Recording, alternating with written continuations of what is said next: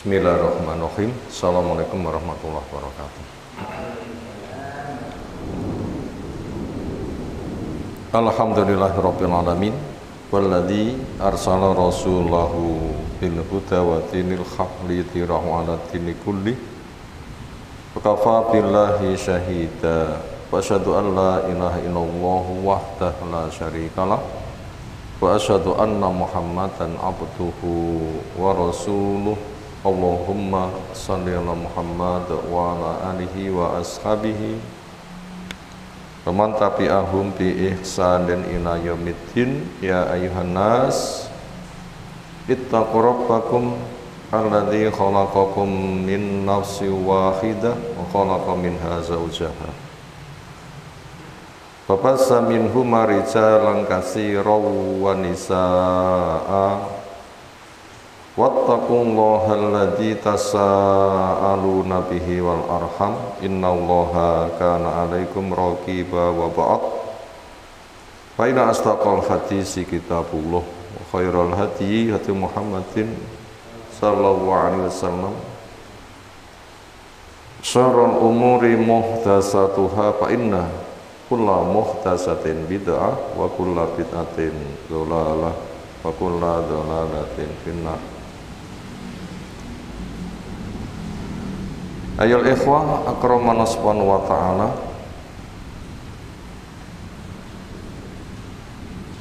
rahmat Allah murah, hujan Allah guyurkan kepada kita yang bila kita menghitung kita tidak akan bisa menghitungnya karena saking besarnya. Allah telah menjelaskan wa in ta'udu nikmatallahi la tuhsuha, dan jika kalian menghitung nikmat Allah kamu gak bakal bisa. Maka kita memperbanyak istighfar, memperbanyak zikir, memperbanyak doa. Doa hujan adalah dengan Allahumma sayyiban nafi'an, ya Allah curahkan kepada kami hujan yang bermanfaat.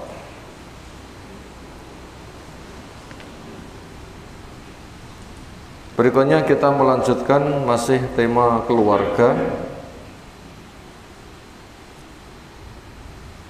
Kemarin setelah kita mulai tentang pembahasan khulu'. Khulu' adalah ingin lepasnya istri dari suami dengan mengembalikan mahar yang didapatkannya. Lepasnya istri dari suami dengan mengembalikan mahar yang pernah didapatkannya, itu khulu'. Hukum khulu' dibagi dua, yang satu haram, yang satu boleh. Yang boleh, kita ulang, yang haram dulu. Tidak ada sebab syar'i istri melepaskan diri dari suaminya. Karena alasan jujuk-jujuk njaluk pegat. Maka itu resikonya sangat besar. Apa itu? Haram buat dia bau surga. Yang kedua, terancam dia digolongkan perempuan munafik.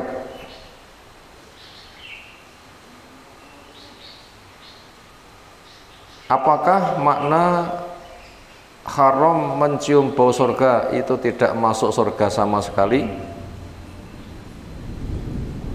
Ini butuh kita gali, karena ada pemikiran lek ambune rainto apa neh sumber ambu, istilahnya lek kena angete ora apa neh kena genine. Apakah begitu pemahamannya? Sehingga seolah dia itu di neraka selamanya, belas nggak mau, nggak blas nggak bisa masuk surga. Artinya bukan begitu, tapi artinya dia tidak mencium bau surga bersama orang yang tidak khulu. Jadi ketika para istri yang ilmunya benar, para istri yang manhajnya benar, cara beragamanya benar, seperti sahabat cara beragamanya, karena Quran ditafsirkan dengan sunnah pemahaman sahabat. Istri yang tauhidnya benar, berarti tidak syirik, beramal ikhlas, juga mengikuti sunnah. Istri yang bagus sholatnya, istri yang melaksanakan puasa, jaga kehormatannya, itu sudah cukup masuk surga. Ketika dia berkeluarga baik-baik, tidak khulu, mendapatkan bonus. Apa bonusnya? Istri yang taat pada suaminya, berarti tidak khulu. Kenapa bonusnya? Sudah masuk surga, jentuk bonus. Kenapa bonusnya? Silahkan masuk surga lewat pintu mana saja yang diinginkan. Itu bonusnya itu. Silahkan masuk surga lewat pintu surga mana saja yang diinginkan. Kalau istri itu khulu, berarti dia itu masuk surga tapi tidak untuk fasilitas tadi. Dia masuk surga, kenapa? Ilmunya bener, manhajnya bener, akidahnya bener, sunnahnya bener, sholatnya bener, puasanya bener, jaga kehormatannya bener. Mek karo bojone khulu. Nah, sing sitok enggak khulu, sing sitok khulu. Sing khulu itu ketika masuk surga enggak oleh bareng karo sing enggak khulu. Sing enggak khulu sudah masuk surga, sing kene ngambuai wurung. Lah gitu maknanya. Kalau begitu nanti calonnya masuk surga enggak? Terus dijawab nih. Iya. Cuma dia itu enggak bisa bersama rombongan yang tidak khulu. Sing khulu sudah mencium bau surga, sing enggak khulu loh ya. Sudah mencium bau surga, sing khulu belum. Kenapa? Kamu enggak iso melu rombongane. Lah mereka grupe wong sing enggak khulu, nah, kamu grupe wong sing khulu ya enggak iso. Jadi maknanya tidak mencium bau surga itu. Berarti dia tidak disilakan masuk surga pintu mana saja yang diinginkan. Kenapa? Anak khulu. Sementara masuk surga lewat pintu mana saja yang diinginkan, itu yang taat kepada suaminya, berarti tidak khulu. Nah begitu. Kemudian yang kedua, makna dia itu sebagai perempuan munafikot. Artinya perilaku nih koyok cara berpikir perempuan munafik. Mek koyo tapi duduk koyo niku pelakunya atau cuma mirip. Nah bukan pelakunya, cuma punya kemiripan. Apa kemiripannya? Gelem penake rapate gelem sengsorone. Lah tiyang munafik mek golek penak to nggih. Lek mlebu Islam penak ya betah, lek mlebu Islam ra penak ngalih. Islamnya itu etok-etok. Lah mananya seperti itu. Berarti bukan termasuk yang diancam fit darkil asfali minan nar, tidak terancam di neraka tangga yang paling bawah. Itu tadi contoh khulu yang haram bersama makna dari ancaman. Yang kedua, khulu yang boleh. Kenapa khulu yang boleh sebabnya? Karena dikuat-kuatne nggak kuat, dikuat-kuatne nggak kuat. Sudah bekerja keras dikuat-kuatnya tapi panggah nggak kuat. Bila bertahan malah nambah dosa. Itu boleh. Kasusnya apa? Yang kita kaji kemarin, suaminya damim. Napa damim kemarin? Nggak ganteng. Napa maknanya? Welek, ngoten lagi. Sehingga saking nggak kuati dia mengatakan, andaikan dia menyusul ke kamarku mau saya ludahi, saking nggak kuati. Napa? Eleke nemen. Bukan digawe-gawe, pancen asli gak kuat. Nggak digawe-gawe tapi asli nggak kuat. Itu namanya keterbatasan. Itu boleh, karena tujuannya, karena pertimbangannya bila bertahan hanya nambahi dosa. Sehingga ya semono bertahan pokok nambahi dosa, ora tau wakur, nggak ada romantis, nggak ada kemesraan, nggak ada kerukunan, nggak ada kebahagiaan, ujung-ujungnya gersang. Padahal nikah niku fadilah yang didapatkan apa? Sakinah, mawaddah, rahmah. Mulai cetok bojone ayem, sahabatnya tersalur, itu namanya wadah, mawaddah. Dari mawaddah sahabatnya tersalur, punya mana jima, akhirnya punya rahmah anak. Ini tidak bisa. Kenapa? Saking nemen, nggak gantengi, nggak kuat, dipaksa-paksa panggah nggak kuat. Itu boleh dengan cara mengembalikan mahar. Dengan cara mengembalikan mahar.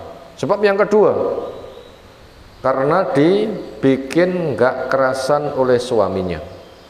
Apa sebab kedua? Dibikin nggak kerasan oleh suaminya. Itu boleh khulu. Dibikin nggak kerasan oleh suaminya, karena suaminya greget nih. Apa ada suami yang greget nih, membuat isinya nggak kerasan? Kemarin sudah kita baca ayatnya. Apa kemarin ayat kita baca?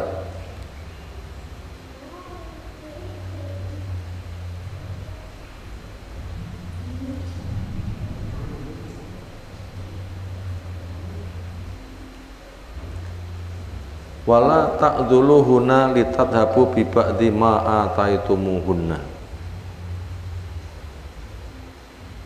Wala ta'dhuluhunna litadhabu bi ba'di ma ataitumuhunna. Surat apa kemarin yang lafaznya seperti itu? Dan kamu jangan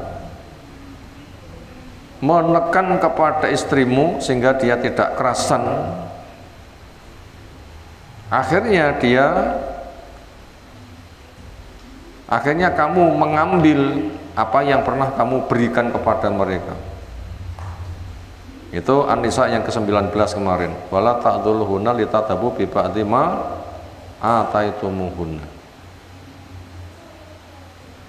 Kamu jangan mengadl, membuat isi tidak betah,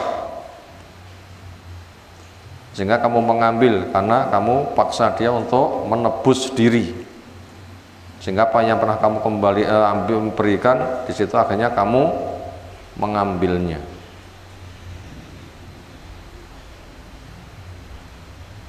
Akhirnya dibikin tidak betah, akhirnya melakukan itu. Lafaz yang lain, wala tumsikuhunna dhiraran lita'tadu. Kamu jangan menahan mereka dengan kamu bikin kemudharatan, akhirnya mereka menebus diri. Wa may yaf'al dzalika faqad dzalama nafsa. Suami yang model ngodeng seperti itu berarti telah menzalimi dirinya. Itu Al-Baqarah 231. Berarti khulu yang diperbolehkan kedua karena menjadi korban kedzaliman suaminya, sehingga bila bertahan tidak kuat. Dicorong ini gak kuat, tak bayalek ini tak mulih. Senada dengan itu. Itu sebab kedua diperbolehkan untuk khulu. Adakah suami yang mendolimi pada istrinya? Oh, malah akeh nih, pertanyaannya adakah? Jawabannya malah akeh. Atau sebab-sebab yang lain ya mungkin saja terjadi. Nggak bisa memimpin, nggak berjamaah, nggak mau cari ilmu, peminum khamr, pejudi,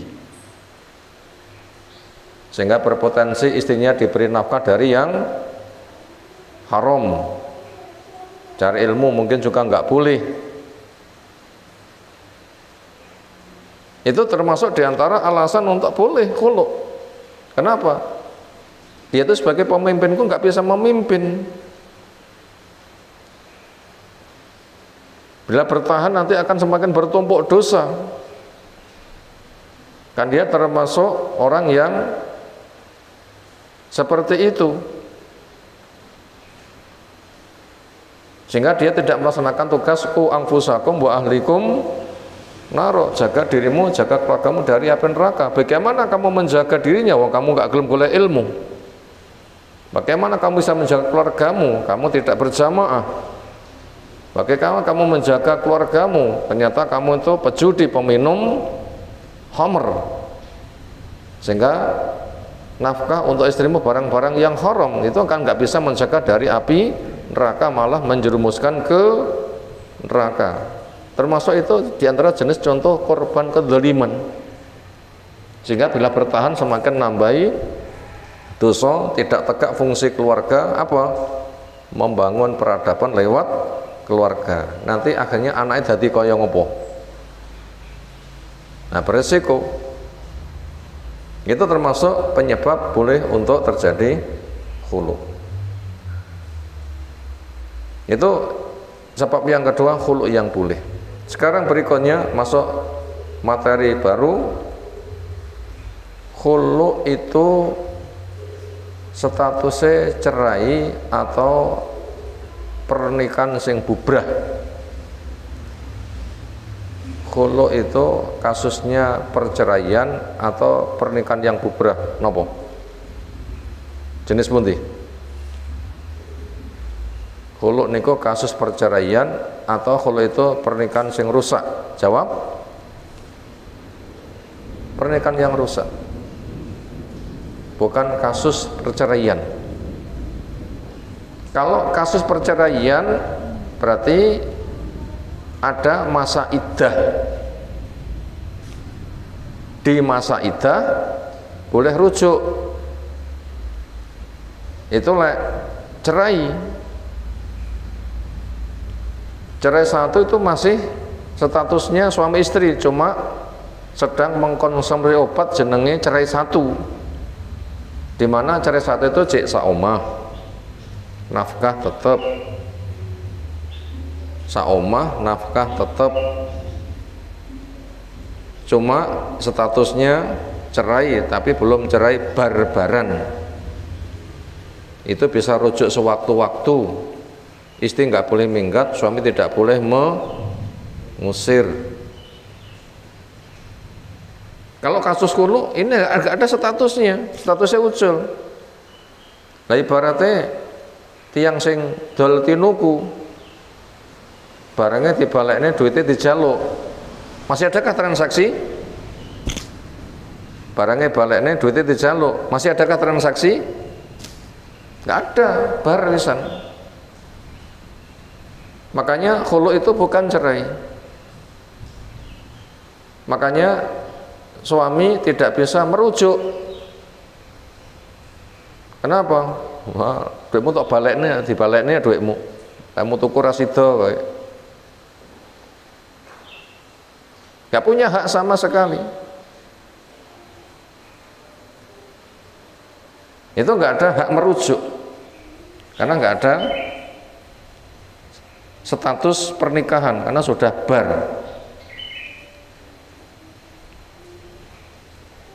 Kemudian istri, masa iddahnya berapa? Bukan masa iddah. Untuk menjamin rahimnya bersih. harus menempuh waktu berapa lama. Sebab bisa jadi piye-piye mungkin juga pernah jima, bisa jadi. Walaupun akhirnya kipo-kipo mungkin juga pernah terjadi apa? Jima. Kan berpotensi kan rahimnya ada isinya. Nah itu untuk menjamin rahimnya steril, nggak ada benih dari suami yang dia khulu darinya. Itu masa pemastian rahimnya tidak ada jin itu berapa lama? Cukup dengan istilah untuk istibro sekali haid. Itu bila masih haid. Berarti ketika haid berarti sudah jelas nggak hamil. Berarti benih dari suaminya itu tidak ada sama sekali. Itu cukup sekali saja. Itu cukup sekali saja. Kesimpulannya ke sana. Maka si perempuan ketika sudah mengembalikan mahar, nunggu masa haid. Ketika mahar sudah dikembalikan berarti bar, lalu nunggu masa haid. Ketika masa haidnya tiba dan haid, berarti kalau begitu dinyatakan rahimnya bersih, tidak ada benih dari suami yang dia khulu darinya. Nah dikala itu apabila dia tuh mau nikah lagi boleh. Bila tiba saatnya akhirnya ternyata tumbuh cinta,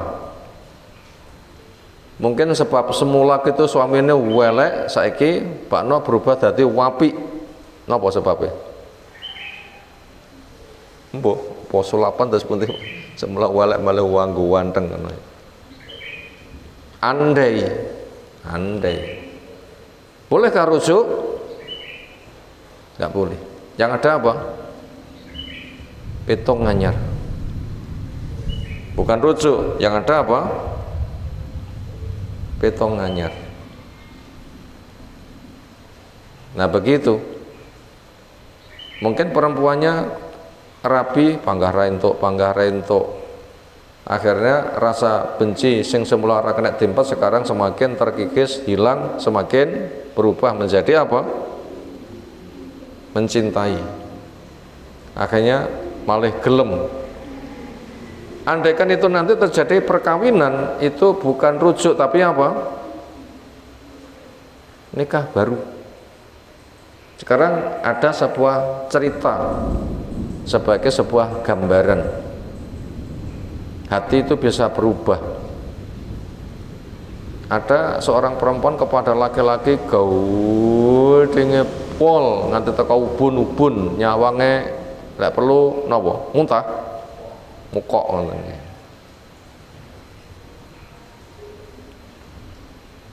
Jenenge kuwi ati ngono ki lho nggih. Satu kesempatan si perempuan itu membuang banyu isah-isahan. Pas diuncalnya yang jobo, uncalnya ngono biasane, kena disiram-siram. Itu laki-laki nih pas lewat malah biau kesiram banyu nawa, banyu kobokan.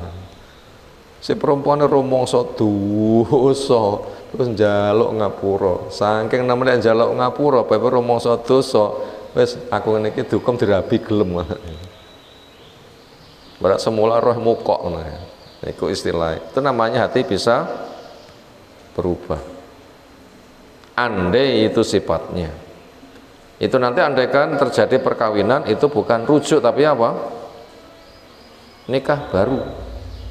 Berarti kudu dilamar, gelem orane, karo wong tuane oleh orane. Nek bakno bocah dilamar gelem karo wong tuane oleh, ya salah terserah. Kemudian saksinya sudah jelas, kemudian ijab kabulnya, maharnya, walimahnya itu kudu bamban start dari awal, nah, babak baru. Itu gambarannya ke sana.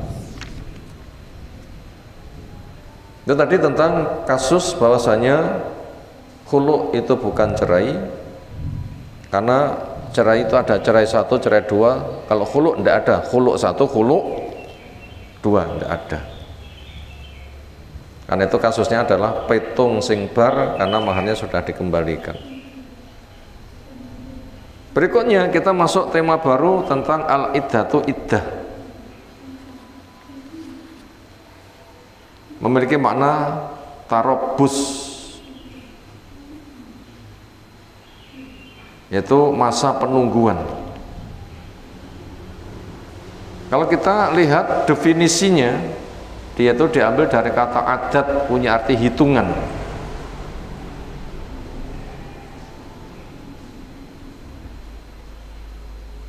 Yaitu menghitung hari-hari dan kuruk-kuruk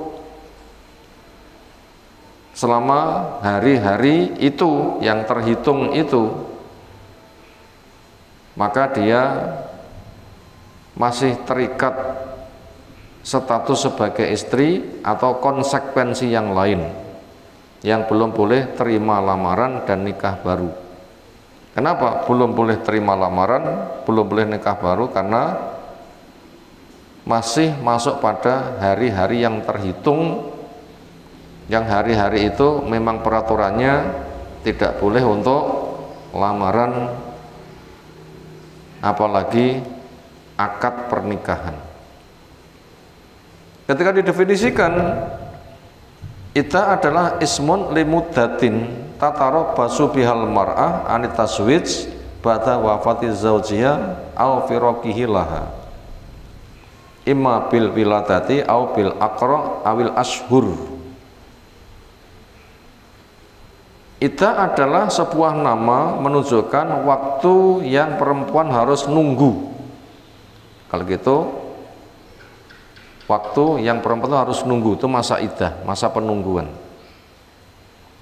Yang selama penungguan itu dia belum boleh menikah dan juga belum boleh lamaran terang-terangan. Kenapa dia itu harus menunggu? Karena ditinggal mati suaminya atau dicerai oleh suaminya.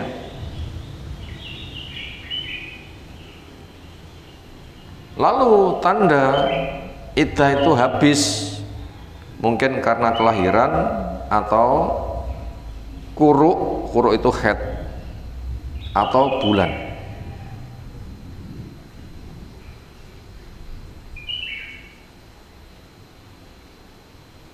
Misalnya ditinggal mati kondisinya hamil, itu masa penungguannya ketika bayi lahir, masa iddahnya entek. Bayi lahir, hasil lamaran, hasil rapi monggo.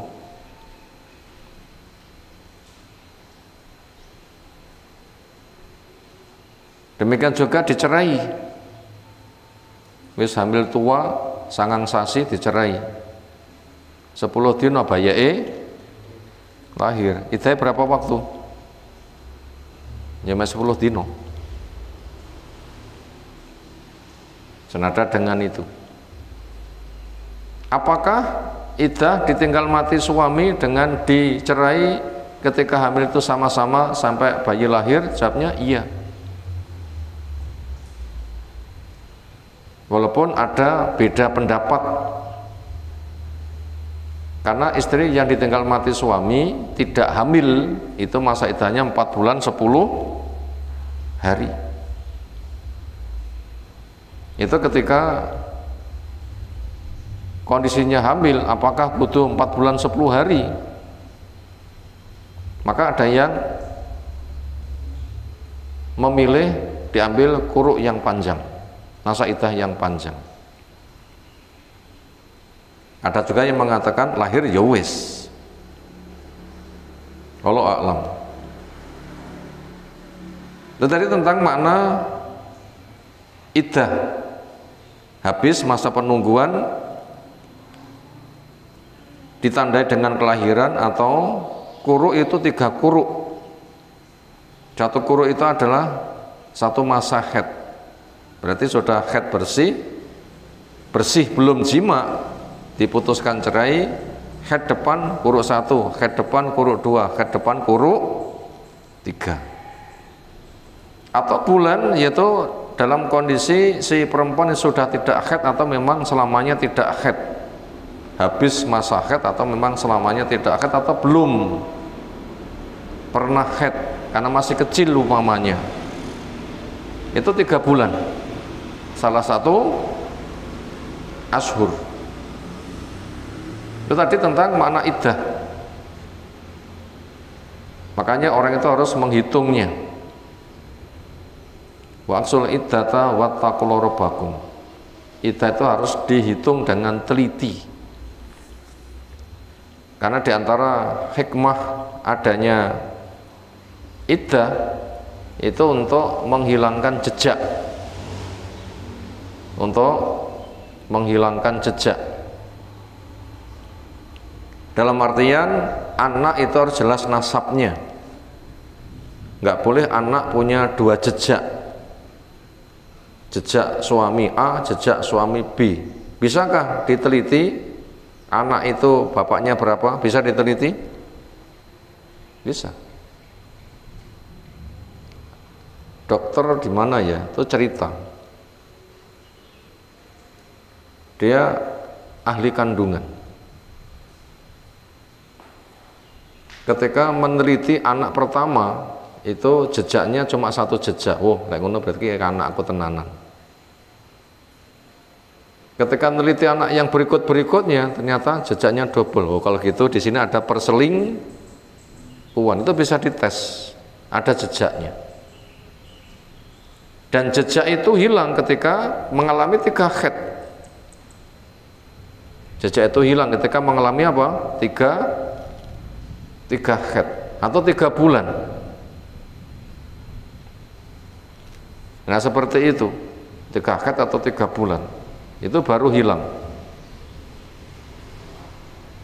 Akhirnya dia itu takjub antara kenyataan jejak itu bisa hilang dengan 3 bulan dengan berita di Quran dengan 3 bulan. Salah satu ashur atau salah satu quru menyebabkan dia itu masuk Islam. Kenapa? Terjadi keajaiban. Kenapa bisa persis wahyu yang ada? Ini kalau tidak berasal dari zat yang maha tahu, ini nggak mungkin terjadi. Yang menyebabkan dia masuk Islam itu diantara hikmah namanya apa? Iddah. Hikmahnya diantaranya itu untuk menghilangkan jejak, jangan sampai anak itu berasal dari 2 benih. Nggak boleh anak itu berasal dari dua benih, karena itu ada jejak-jejaknya. Itu diantara hikmah yang namanya iddah. Jika dengan demikian nanti anak itu nasabnya itu betul-betul gamblang, karena tidak boleh melakukan kedustaan berkaitan masalah nasab. Wala yatina bibuhtanin yaftarinahu baina aidihinna wa arjulihin. Nggak boleh membuat kedustaan yang diperbuat antara 2 tangan dan 2 kaki. Di antara makna dari ayat itu ialah suami istri tidak bisa melahirkan anak kemudian mengambil anak angkat lalu diaku sebagai anak sendiri. Berarti ada kasus kedustaan berkaitan masalah kerahiman. Nanti bentuk kedustaannya mungkin begitu atau bentuk yang lain, termasuk jejak yang double itu harus jujur, nggak boleh itu terjadi. Sekarang kita akan melihat macam-macam iddah. Wa man mata anha zaujuha fa iddatuha 4 ashuri wa asrun dakhula biha am lam yadkhul. Mana suami yang wafat, istri yang sekarang janda ditinggal mati suami, masa iddahnya 4 bulan 10 hari, pernah jima atau belum pernah jima. Itu macam pertama, 4 bulan 10 hari, sudah jima atau belum jima. Dalilnya nukilan Al-Baqarah 234, walladzina yutawaffawna minkum wa yadurna azwajan yatarabbasna bi anfusina 4 ashuri wa asra. Dan para suami yang meninggal di mana istrinya tarobus menempuh masa iddah selama 4 bulan 10 hari. Ini dengan catatan bila dia kondisinya tidak hamil. Illa antakuna al-madkhulu biha hamilan fa iddatuha bi wada'il hamli. Kecuali bila istri ditinggal mati suami itu kondisinya hamil. Itu jelas sudah jima. Maka iddahnya adalah sampai bayi lahir. Hamil tua, isuk bojone mati, sore bayae lahir. Mungkin isuk bojone mati, sore bayae lahir. Mungkin tapi malaikat ya ora kena disemayani. Sik anakku ben lahir dhisik. Nek nyapun kok sore, kena mboten semayani malaikate. Ya ndak bisa. Dengan dalil atolak yang keempat, wa ulatul ahmal ajalahuna ayyaduna hamlahun. Dan istri yang hamil masa iddahnya adalah sampai bayi melahirkan. Itu atolak yang keempat. Berikutnya dalil dari hadis Anil Miswar ibni Mahramah Ana Subaiyah al-Salmiyah, seorang perempuan namanya Subaiyah dari suku Aslami. Nufisat, dia nifas punya makna melahirkan bayi ba'da wafati zaujah, setelah suaminya meninggal bi layilnya hanya beberapa malam. Wajatin Nabiya, ia datang pada Nabi SAW, fasta'danathu antankiha, minta izin untuk menikah. Ya Nabi, suami saya meninggal, sekarang bayi sudah lahir, saya ingin menikah, bagaimana? Fa'adinalaha, akhirnya Nabi memberikan izin, fanakahat, kemudian dia itu menikah.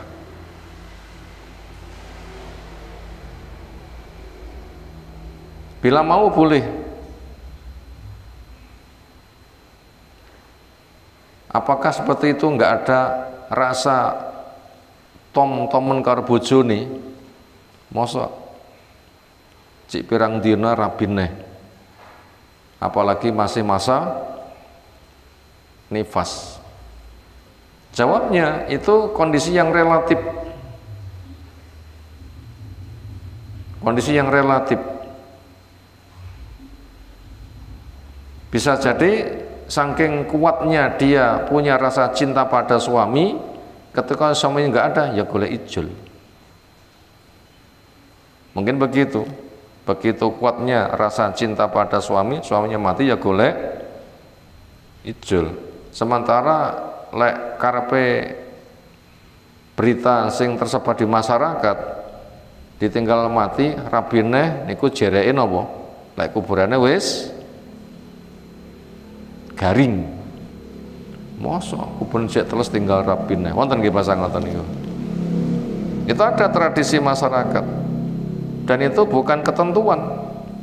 Jadi kesimpulannya pokoknya bayi lahir, suami mati sebelumnya, begitu lahir masa iddahnya habis. Pengen rapi ya kono-kono. Adapun ketika sudah nikah punya suami baru, ya jimanya belum boleh. Kenapa? Istri dalam keadaan masih nifas. Jimanya nanti ketika nifasnya sudah habis, itu baru boleh. Adapun untuk pergaulan sehari-hari suami istri pokoknya bukan jima, itu boleh-boleh saja. Kenapa istri begitu tinggal mati suaminya langsung rabineh? Mungkin dia punya kebiasaan turu lek ra dikloni bojone gak iso turu. Mungkin mboten? Mungkin. Lah bojoku mati telung dina ra iso turu. Amri iso turu kudu golek bojone. Mungkinkah itu? Mungkin, tapi bukan keharusan. Mungkin, tapi bukan keharusan. Tapi umpama begitu ya belum boleh jima. Mungkin kalau suami menginginkan jima bagaimana? Ya diperbuat saja, bukan kelamin dengan kelamin. Yang penting nanti spermanya memancar. Senada dengan itu dipermainkan oleh istrinya, sepenting spermanya memancar, tapi bukan kelamin dengan kelamin, dengan cara lain yang itu bersifat mubah. Itu bisa jadi seperti itu diperbolehkan. Tapi yang jelas itu jimanya belum boleh. Kenapa? Masih pada masa iddah. Terus masa nifas. Terus status anaknya gimana? Tanggung jawab siapa? Yatim kan anaknya? Siapa yang nanggung yatimnya si bocah? Mboke, bapak baru, atau kerabat suami? Siapa yang punya tanggung jawab ngurus si yatim? Mboke atau bapak baru atau kerabatnya Pak E? Siapa? Jawab wali yatim. Siapa walinya yatim? Kerabatnya bapak. Akhirnya si ibu itu sebagai pelaksana. Ibu sebagai apa? Pelaksana. Tapi penanggung jawabnya itu adalah wali yatim kerabatnya Pak E, karena anak itu nasabnya ikut Pak E. Nasabnya ikut Pak E. Ibu itu sebagai pelaksana, dan itu supaya dibereskan waris. Supaya dibereskan waris. Gimana kalau gitu warisnya? Bila suami mati meninggalkan istri dan anak, itu saja ahli warisnya, andaikan itu. Tapi waris itu banyak, karena seorang mati itu mungkin Pak IJ, Mbak IJ, Mbak IJ, bisa jadi. Itu bila tidak ada Pak Mbok, Mbah juga enggak ada, yang ada itu istri dan anak. Adapun saudara mayit itu enggak dapat warisan karena ada anak. Maka warisannya nanti adalah untuk istri dapat 1/8, lai anak lanang sisa.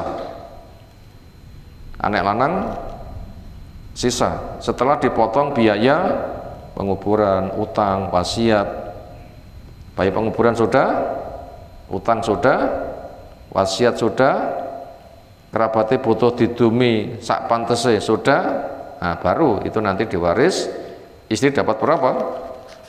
1/8. Bila anak itu laki-laki berapa? Total. Bila anaknya perempuan, separuh warisan.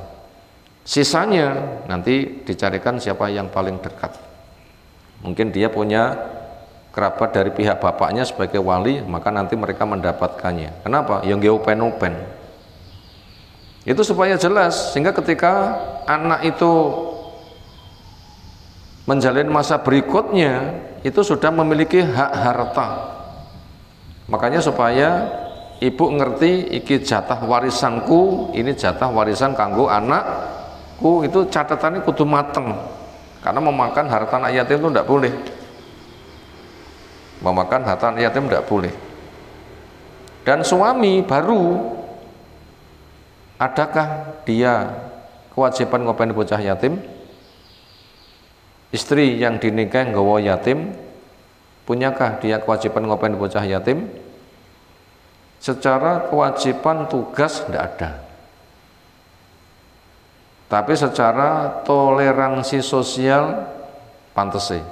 Mosok gelem mboke ra gelem anake. Sanake kon melu sapa? Kon melu pake yo mati. Anak pantese masa pengasuhan itu milik ibunya. Maka akhirnya di situ Ummu Salamah itu ketika dilamar Nabi sallallahu alaihi wasallam itu mengalami 3 keberatan. Pertama, saya sudah tua.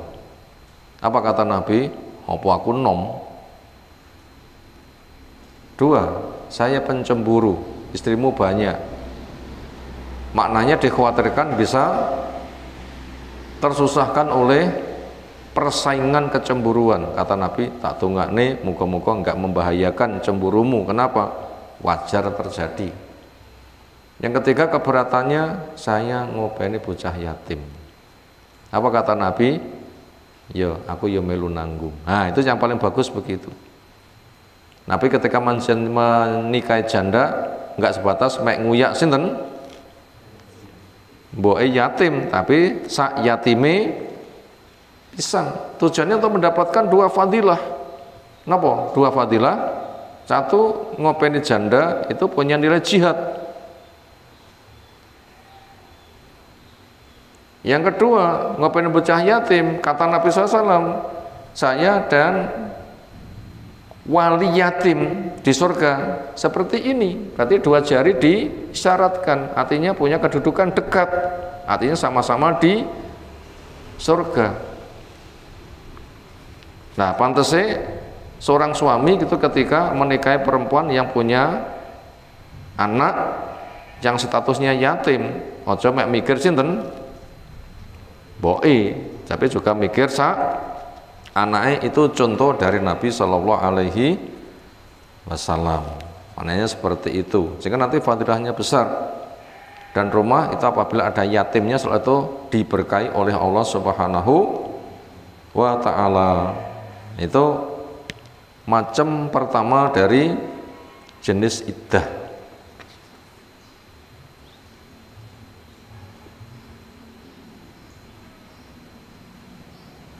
Itu tadi ada dua dalil, pertama Al-Baqarah 234, yang kedua At-Talaq yang keempat, kemudian hadis kisahnya Subai'ah Al-Aslamiyah, ditinggal mati suaminya jarak beberapa malam, bayi lahir, berarti masa iddahnya habis, dia minta izin pada Nabi SAW untuk menikah, ternyata diizinkan dan dia akhirnya menempuh pernikahan. Nah, untuk macam-macam iddah berikutnya insya Allah bisa kita kaji waktu menyusul. Demikian yang kita kaji di kesempatan sore hari ini. Sebelum kita cukupkan, mungkin ada tanggapan, disilahkan.